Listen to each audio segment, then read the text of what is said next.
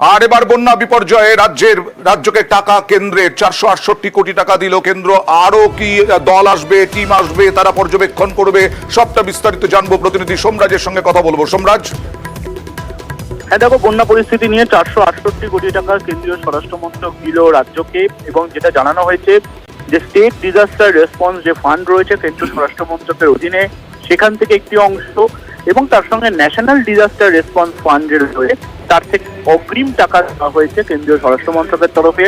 আজই সেই টাকা রাজ্যকে দেওয়া হয়েছে, এবং এই 468 কোটি টাকা মূলত বন্যা খাতে দেওয়া হলেও যেটা কেন্দ্রের তরফে জানানো হচ্ছে যে ইন্টার মিনিস্ট্রিয়াল সেন্ট্রাল টিম, অর্থাৎ কেন্দ্র রাজ্য উভয় পক্ষেরই সদস্যরা থাকবেন এই দলে। সেই দল খুব শীঘ্রই এ রাজ্যে অর্থাৎ পশ্চিমবঙ্গে পাঠানো হবে। মূলত বন্যার জন্য কত ক্ষয়ক্ষতি হয়েছে তার পর্যালোচনা করা হবে, এবং তারপরেই পরবর্তী ক্ষেত্রে কেন্দ্রের তরফে আরো অনুদান বা টাকা দেওয়া হবে নাকি সেটা সিদ্ধান্ত নেওয়া হবে। তবে প্রাথমিকভাবে 468 কোটি টাকা রাজ্যকে দেওয়া হয়েছে কেন্দ্রীয় স্বরাষ্ট্র মন্ত্রকের তরফে। বেশ, ওকে। আর আজকে থেকে পুজো উদ্বোধন শুরু করে দিলেন মুখ্যমন্ত্রী মমতা বন্দ্যোপাধ্যায়। প্রথমে শ্রীভূমিতে যান, লেকটাউনের শ্রীভূমি স্পোর্টিং ক্লাবে তিনি পুজো উদ্বোধন করেন, এবং সেই পুজো উদ্বোধনে ফায়ার সার্ভিসের 50টি বাইকের উদ্বোধন করেন, 3টি দমকল কেন্দ্রের উদ্বোধন করেন। শারদোৎসবের সূচনা করলেন মমতা বন্দ্যোপাধ্যায়।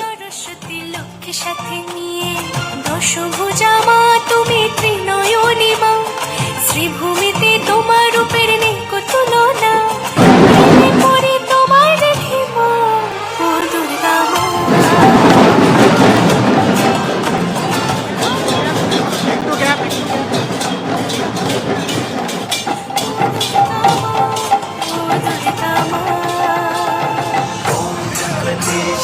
नमो नमः श्रीमन नारायण नमो नमः तिरुमल तिरुपति नमो नमः जय बालाजी नमो नमः जय बालाजी नमो नमः जय बालाजी नमो नमः।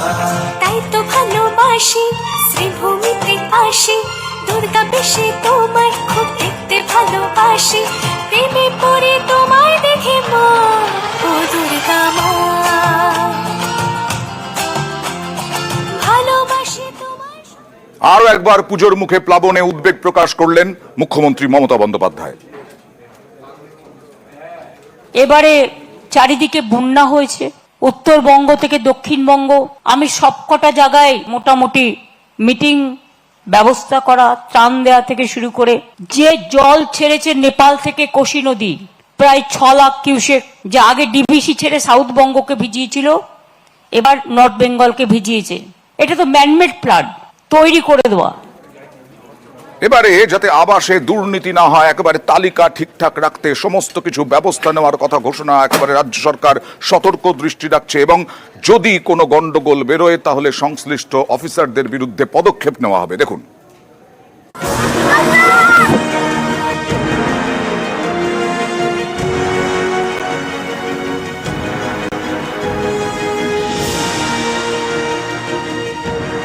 আমরা 11 লক্ষ বাড়ি ডিসেম্বরে ছাড়বো। 3 বছর কেন্দ্রীয় সরকার আমাদের গ্রামীণ আবাসের কোনো টাকা দেয়নি। তাছাড়াও 1,70,000 কোটি টাকা আমরা পাই। এছাড়াও প্রতি বছর ডিবিসি জল ছাড়ায় ম্যানমেড ফ্লাড তৈরি করা হয়। কাজেই এখন বন্যায় যে বাড়িগুলো একেবারে রসাতলে গেছে, সেখানে আমার যে 11 লক্ষ লিস্ট আছে, সেই লিস্টের মধ্যে বাড়িগুলো আছে কিনা দেখে নিতে বলেছি। সার্ভেটা বর্ষা মানে জাস্ট শেষ হলেই শুরু করবে।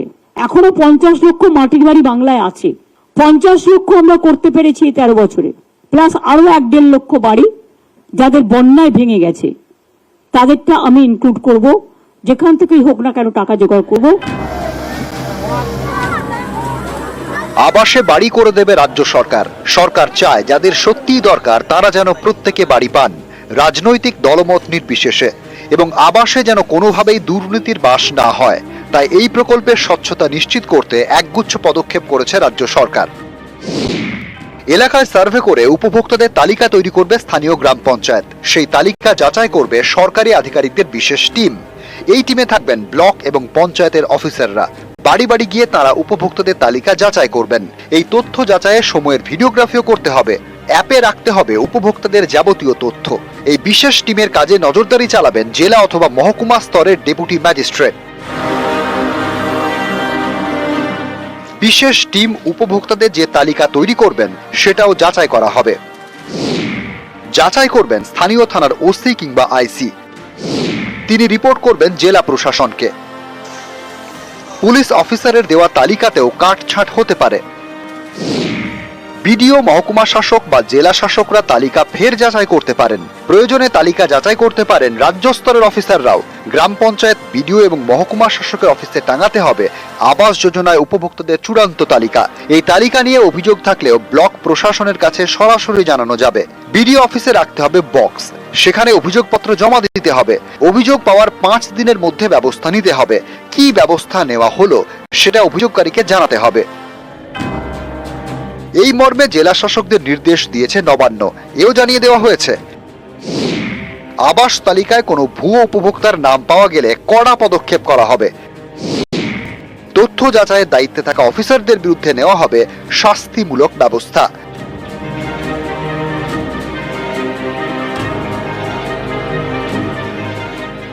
আবাস যোজনার উপভোক্তাদের তালিকা কিভাবে তৈরি হবে তার জন্য ইতিমধ্যেই গাইডলাইন দিয়ে দিয়েছে রাজ্য।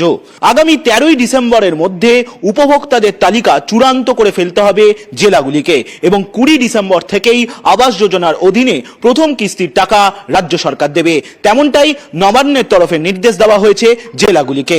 ক্যামেরায় জ্যোতির্ময় বসুর সঙ্গে সোমরাজ বন্দ্যোপাধ্যায়, নিউজ 18 বাংলা, কলকাতা। এবার চলে যাব বাঁকুড়ায় শালী নদীর স্রোতে বাঁশের সাঁকো ভেঙে গেছে, ভেসে গেছে। তাই এখন ফেরি নৌকায় পারাপারের একমাত্র ভরসা। বাঁকুড়ার মানুষ চাইছেন পাকা সেতু।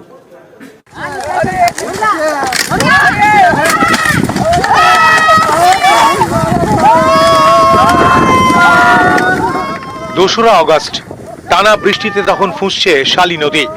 জলের স্রোতে এভাবেই ভেসে যায় বাঁশের সাঁকো।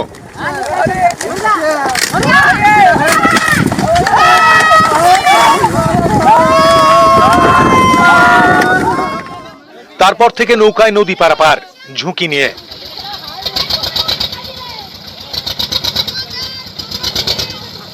অনেকটা ওদিকে তো কোনো কিছু ব্যবস্থা তেমন নেই, এদিকটাতে নৌকাতে বেরোতে হয়। আবার নৌকাতে এতজন একসঙ্গে নিয়ে সবসময় সম্ভব নয়, এবং আবার অনেক ধাপে ধাপে বেরোতে হয়। এবার সময়েরও তো ব্যাপার আছে, এবার সময়টা নিয়ে অনেকটা বেরোতে হয়। আর ভয় বলতে নদীর জল অনেক বেড়ে গেলে তখন তো ভয় হবেই। বাঁকুড়ার বেলুট রসুলপুর গ্রাম পঞ্চায়েত, এই এলাকার মাঝখান দিয়ে বয়ে গিয়েছে শালী নদী। একদিকে রসুলপুর, আরেকদিকে গোস্বামী গ্রাম। রসুলপুরের দিকে স্কুল, বাজার, সরকারি অফিস। তাই গোস্বামী গ্রাম সহ আশেপাশের এলাকার বাসিন্দাদের প্রতিদিন নদী পেরোতে হয়। ভরসা বলতে বাঁশের সাঁকো, সেটাও সম্প্রতি ভেঙে গিয়েছে। এখন নদী পারাপার করতে হচ্ছে নৌকায়। ঝুঁকি নিয়ে যাতায়াত করছে পড়ুয়ারাও। নেই কোনো নিরাপত্তা। বাসিন্দারা চান পাকা সেতু তৈরি হোক। আমরা চাইছি যে ব্রিজটি পাকা করার জন্য। আমাদের এটা পেটের মাড়ি, আমাদের এইটা না হলে আমরা খেতে পাবো না। আমরা এই যে সকালে নদী এই পারে না পেরোলে আমাদের দিন চলবে না। আমাদের এক একটা মানুষকে 4 বার করে পেরোতে হয়। আমাদের সমস্ত কিছু এখানে।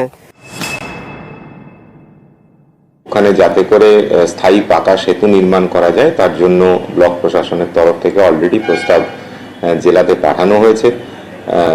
পিডব্লিউডি রোডস ডিপার্টমেন্টকেও আমরা অলরেডি ইনফরমেশন দিয়েছি যাতে করে তারা একটি পরিকল্পনা বা রূপরেখা তৈরি করে। আমরা চেষ্টায় আছি প্রশাসনিকভাবে যাতে করে দ্রুত এই সমস্যাটির সমাধান করা যায়। বাঁকুড়া থেকে দেবব্রত মণ্ডল, নিউজ 18 বাংলা। এবার পার্থ চট্টোপাধ্যায়কে গ্রেফতার দেখালো সিবিআই। নিয়োগ দুর্নীতি মামলায় পার্থ চট্টোপাধ্যায়কে বলাইয়ে গ্রেফতার করলো সিবিআই। আরো তথ্য দরকার পার্থ চট্টোপাধ্যায়ের বিরুদ্ধে, আর তাই পার্থ চট্টোপাধ্যায়কে, প্রাক্তন শিক্ষামন্ত্রীকে গ্রেফতার দেখানো হলো। অয়নশীলকেও গ্রেফতার দেখালো সিবিআই। আগে দুজনকে গ্রেফতার করে ইডি। পার্থ অয়নের 4 অক্টোবর পর্যন্ত জেল হেফাজতের নির্দেশ নগর দায়রা আদালতের। আর অন্যদিকে সুপ্রিম কোর্টে জামিনের জন্য আবেদন করলেন প্রাক্তন শিক্ষামন্ত্রী পার্থ চট্টোপাধ্যায়। নিয়োগ দুর্নীতিতে যিনি অভিযুক্ত এবং এখন জেলে, সংশ্লিষ্ট সব পক্ষকে নোটিশ সর্বোচ্চ আদালতের।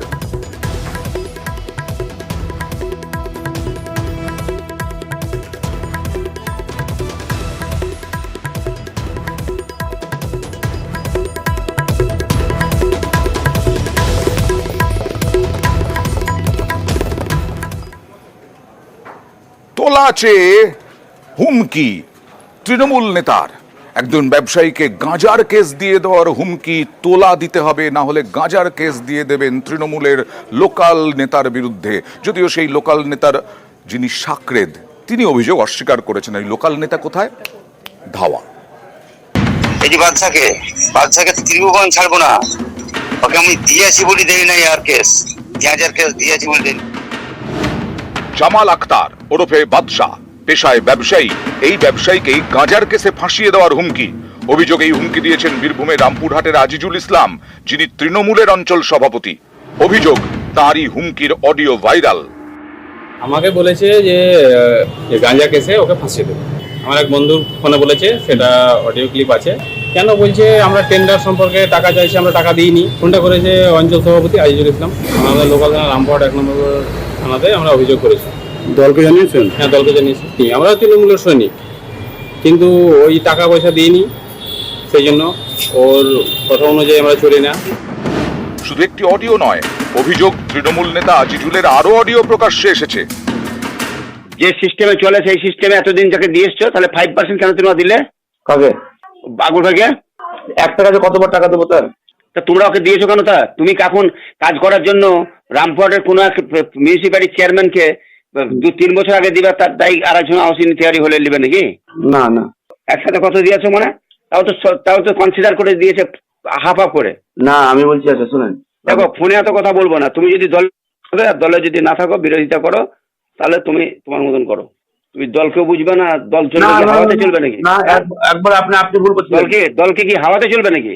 আপনি তুমি কাকে কি করেছো, কাকে কি করেছো, সে তার দায় কি করবে? ওই কথার সাথে তো এই কথা কোনো সাথ নাই। আপনি দলের সংগঠনের কথা বলেন। আর সংগঠন করবে কি তুমি হাওয়া দিয়ে? কালকে 500 লোক খাবে আয়াসের মোড়ে, পয়সা দিয়ে যেও। হ্যাঁ, তোমার বিলটা তুমি দিয়ে যেও কালকে। অভিযোগ তৃণমূল নেতা আজিজুল তোলা চেয়ে ব্যবসায়ীদের হুমকি দেন, বিভিন্ন টেন্ডার থেকে চান কাটমানি। কিছু করলে কাটমানি চাইছে, বলছে বুথ সভাপতি থাকার জন্য কাটমানি দরকার, কোনো মিটিং মিছিল আসতে হলেও 500 জনকে খাওয়াতে হবে, 600 জনকে খাওয়াতে হবে, 700 জনকে খাওয়াতে হবে। উন্নয়নমূলক গ্রামের কোনো কাজ করতে গেলেও বলছে 5%, 10% টাকা লাগবে। এইভাবে কীভাবে পারবে? আপনাদের টাকা কেন চাইছে? ওটা আমি বুঝতে পারছি না কেন চাইছে। এর আগে কখনো এরকম হয়নি। কিভাবে চাইছে? ফোনের মাধ্যমে চাইছে, না বলছি, সামনাসামনি দেখা হচ্ছে, ধমকি দিচ্ছে। থানায় অভিযোগ জানিয়েছেন? আমরা থানায় অভিযোগ জানিয়েছি। দলকে জানিয়েছেন? দলকে জানিয়েছি। শুধু তৃণমূলের অঞ্চল সভাপতি আজিজুল ইসলাম নন, তার সঙ্গী আকবর আলীও তোলাবাজি করেন বলে অভিযোগ। তাদের বিরুদ্ধে রামপুরহাট থানায় অভিযোগ দায়ের করেছেন ব্যবসায়ীরা। হুমকির অডিও ভাইরাল হতেই বেপাত্তা তৃণমূলের অঞ্চল সভাপতি আজিজুল। তার ফোনও বন্ধ। তার সঙ্গে আকবর আলী তোলাবাজি এবং হুমকির অভিযোগ মানতে নারাজ। কাটমানি নেওয়ার কোনো গল্প এখানে নেই, আর মিথ্যা অভিযোগ করছি। আমি সাংগঠনিক ব্যাপারটাই দেখি, আমি পঞ্চায়েতের কোনো এতে থাকি না। অডিও ক্লিপটা যেটা আছে সেটা একটা পরীক্ষা করার ব্যাপার আছে, আদৌ সেটা এখন তো এডিটিং এর জামানা। এখন এই সম্পর্কে কোনো মন্তব্য করব না। আমি কলকাতায় ফিরে গিয়ে সেটা নিশ্চয়ই দেখবো এবং উপযুক্ত ব্যবস্থা নেব, যে যথাযথ ব্যবস্থাটা নেওয়া হবে। রামপুরহাট থেকে অক্ষয় ধীবর, নিউজ 18 বাংলা। এবার একটা স্পেশাল স্টোরি দেখাবো। আমার বাংলার একেবারে শেষের দিকে দেখাবো কলকাতায় কিভাবে গাছ কাটা হচ্ছে। গাছ কাটা হচ্ছে, কোথাও আলো বসানো হবে, কোথাও আলোর গেট বসবে, কোথাও বিজ্ঞাপনের বোর্ড বসবে, আর গাছ নিয়ম না মেনে যাচ্ছে তাইভাবে কাটা হচ্ছে, যার ফলে একদিকের পোর্শন হেলে যাচ্ছে। দমকা হাওয়া দিলে সেই গাছ উপড়েও পড়ছে। দেখুন, পুজোর মুখে গাছে কোপ, কাটা হচ্ছে ডাল। একদিকে ডাল আছে, আরেকদিক ফাঁকা, এতেই বাড়ছে বিপদ।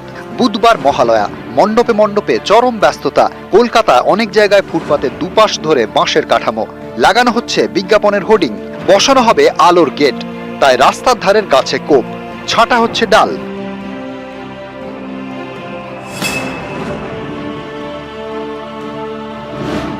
বন দপ্তরের নিয়ম অনুযায়ী কোনো গাছের ডাল 3 ইঞ্চির বেশি মোটা হলে কাটা যায় না। অভিযোগ, কলকাতার গাছের ডাল কাটার সময় এই নিয়ম মানা হচ্ছে না। গাছের একদিকে ডাল কাটা হচ্ছে, আরেকদিকে ডালপালা থাকছে। এর জেরে ভারসাম্য হারাচ্ছে গাছ। অনেকেই এতে বিপদের গন্ধ পাচ্ছেন। তাদের আশঙ্কা, এভাবে ডাল ছাঁটার জেরে দমকা হাওয়া দিলেই উপড়ে পড়তে পারে গাছ। আমাদের মেন উদ্দেশ্য থাকে কিন্তু আমাদের হোর্ডিং লাগানো, ফ্লেক্স লাগানো, কিংবা কোনো প্যান্ডেল হলে সেটাকে ভিজিবল করা, সেই গাছটাকে কেটে আমরা সেই জায়গাটাকে ভিজিবল করার চেষ্টা করছি, সেই জন্য কিন্তু আনসাইন্টিফিক। গাছটার যে বড় ডালগুলো আছে হয়তো সেই দিকটা না কাটলেও হতো। এই বিষয়টা কিন্তু ভীষণ বৈজ্ঞানিক পদ্ধতিতে করা উচিত, কারণ বৈজ্ঞানিক পদ্ধতিতে না করলে গাছটা একদিকে হেলে যায় এবং একদিকে ভার হয়ে গেলে গাছটা কিন্তু এরপর যে কোনো একটা দমকা হাওয়াতে কিন্তু পড়ে যাওয়ার একটা ভীষণ চান্সেস থাকে। এটাকে কিন্তু ইমিডিয়েট আমাদের বন্ধ করা উচিত। পরিষ্কার বলা আছে এইভাবে ট্রিমিং করা যাবে না। ট্রিমিং করার একটা নিয়ম আছে, সেই নিয়ম মেনেই ট্রিমিং করতে হবে। যদি এরকম কোথাও অভিযোগ আমাদের কাছে আসে, যদি আপনারাও পাঠাতে পারেন, আমরা যথাযথ ব্যবস্থা নেব। নিউজ 18 বাংলা।